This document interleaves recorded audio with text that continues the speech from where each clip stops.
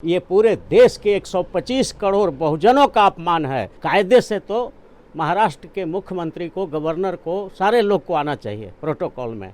लेकिन ये देखा गया कि चीफ जस्टिस ऑफ इंडिया होने के बावजूद जब ये महाराष्ट्र में जाते हैं तो कोई प्रोटोकॉल फॉलो नहीं किया जाता है। ये तो शो करता है कि आज भी आज़ादी के 78 बरस के बाद भी इस देश में मनुस्मृति लागू है।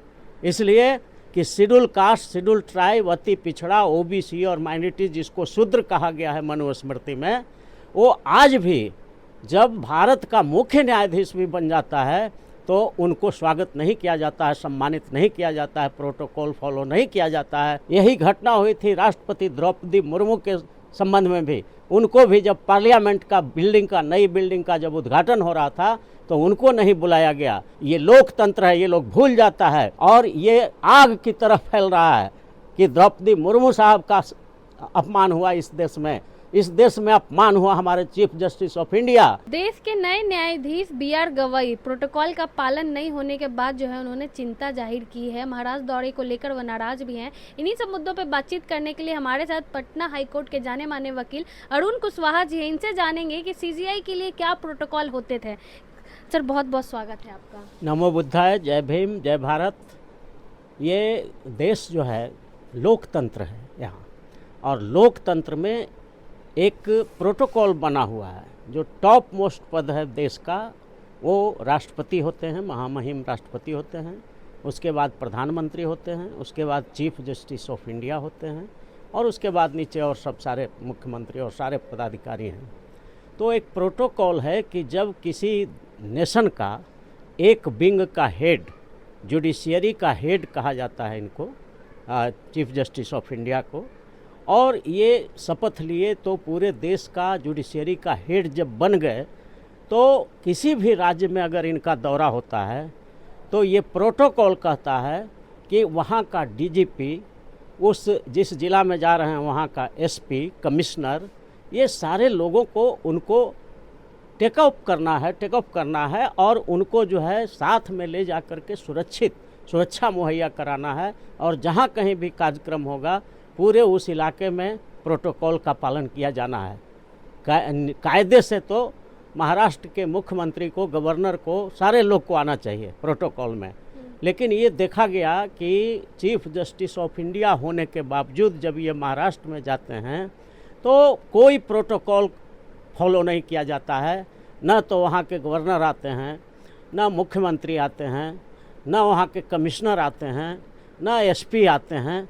और बिल्कुल एकदम ये तो शो करता है कि आज भी आज़ादी के 78 बरस के बाद भी इस देश में मनुस्मृति लागू है। इसलिए कि शेड्यूल कास्ट, शेड्यूल ट्राइब, अति पिछड़ा, ओबीसी और माइनॉरिटी जिसको शूद्र कहा गया है मनुस्मृति में, वो आज भी जब भारत का मुख्य न्यायाधीश भी बन जाता है तो उनको स्वागत नहीं किया जाता है, सम्मानित नहीं किया जाता है, प्रोटोकॉल फॉलो नहीं किया जाता है। ये देश के लिए नहीं, हम पूरे भारत के इंटरनेशनल कम्युनिटी में भी, अंतर्राष्ट्रीय स्तर पर भी हमें अपमान सहना पड़ रहा है। और अंतर्राष्ट्रीय कम्युनिटी हंस रही है कि भारत में ये क्या हो रहा है।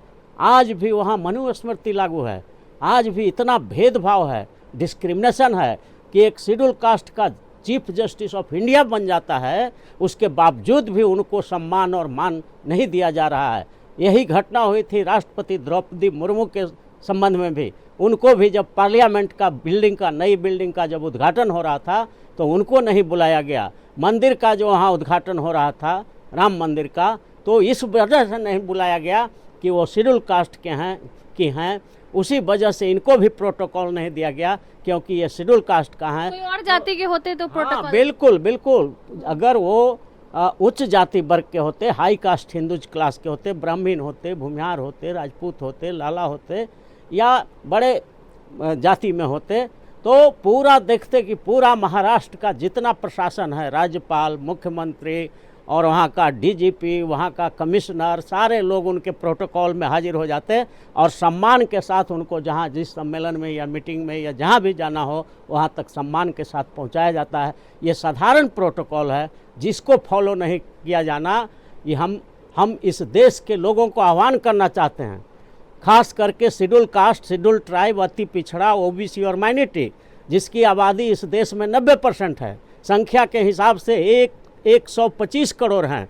तो 125 करोड़ अनुसूचित जाति, जनजाति, अति पिछड़ा, पिछड़ा और अल्पसंख्यक समाज से हम अपील करना चाहते हैं कि जिस मनुवादी समाज ने आपके महापुरुष, आपके चीफ जस्टिस ऑफ इंडिया को अपमानित किया है, आने वाले सभी चुनावों में 125 करोड़ जनता आप संकल्प ले लीजिए कि आज के बाद से मनुवादी, आरक्षण विरोधी, संविधान विरोधी पार्टियों को एकदम बिल्कुल धूल चटा देना है। एक भी वोट आने वाले भविष्य में कभी भी नहीं देना है इन लोगों को। तब ये हमारे अपमान का ये बदला होगा। ये लोकतंत्र है, ये लोग भूल जाता है कि लोकतंत्र में जनता मालिक होती है। जनता के लिए, जनता के द्वारा जनता का राज होता है और जनता के राज का हेड ये चीफ जस्टिस ऑफ इंडिया बने हैं। गरीबों का प्रतिनिधित्व कर रहे हैं। आज आज़ादी के 78 बरस के बाद दूसरे चीफ जस्टिस बने हैं शेड्यूल कास्ट के, और उनको इस तरह से अपमानित किया जाना ये पूरे देश के 125 करोड़ बहुजनों का अपमान है। 125 crore schedule caste, schedule tribe, अति पिछड़ा, ओबीसी और माइनॉरिटी का अपमान है। इसलिए पांचों समाज पचबंधन बनाओ और एक बार इनके खिलाफ, आरक्षण विरोधियों के खिलाफ, मनुवादियों के खिलाफ और संविधान विरोधियों के खिलाफ पूरे देश में संपूर्ण आरक्षण क्रांति करना है और देश के सत्ता के चारों अंग में 90% हिस्सेदारी लेना है। न्यायपालिका में, कार्यपालिका में, विधायिका में और national media including private sector में। लेकिन चिंता का सवाल है ना सर, चिंता का विषय है ये कि सीजीआई के साथ भेदभाव हो रहा है, द्रौपदी मुर्मू के साथ हुआ, तो ऐसे में तो आम गरीब लोगों के साथ तो और होता होगा। बिल्कुल बिल्कुल, ये यही साबित कर रहा है कि इस देश का जो शीर्ष पर बैठा हुआ है सत्ता में लोग, वो संविधान का अनुपालन नहीं कर रहा है। संविधान में एक प्रोटोकॉल है, सम्मान का एक बना हुआ सीढ़ी बना हुआ है और वो सम्मान देना अनिवार्य है।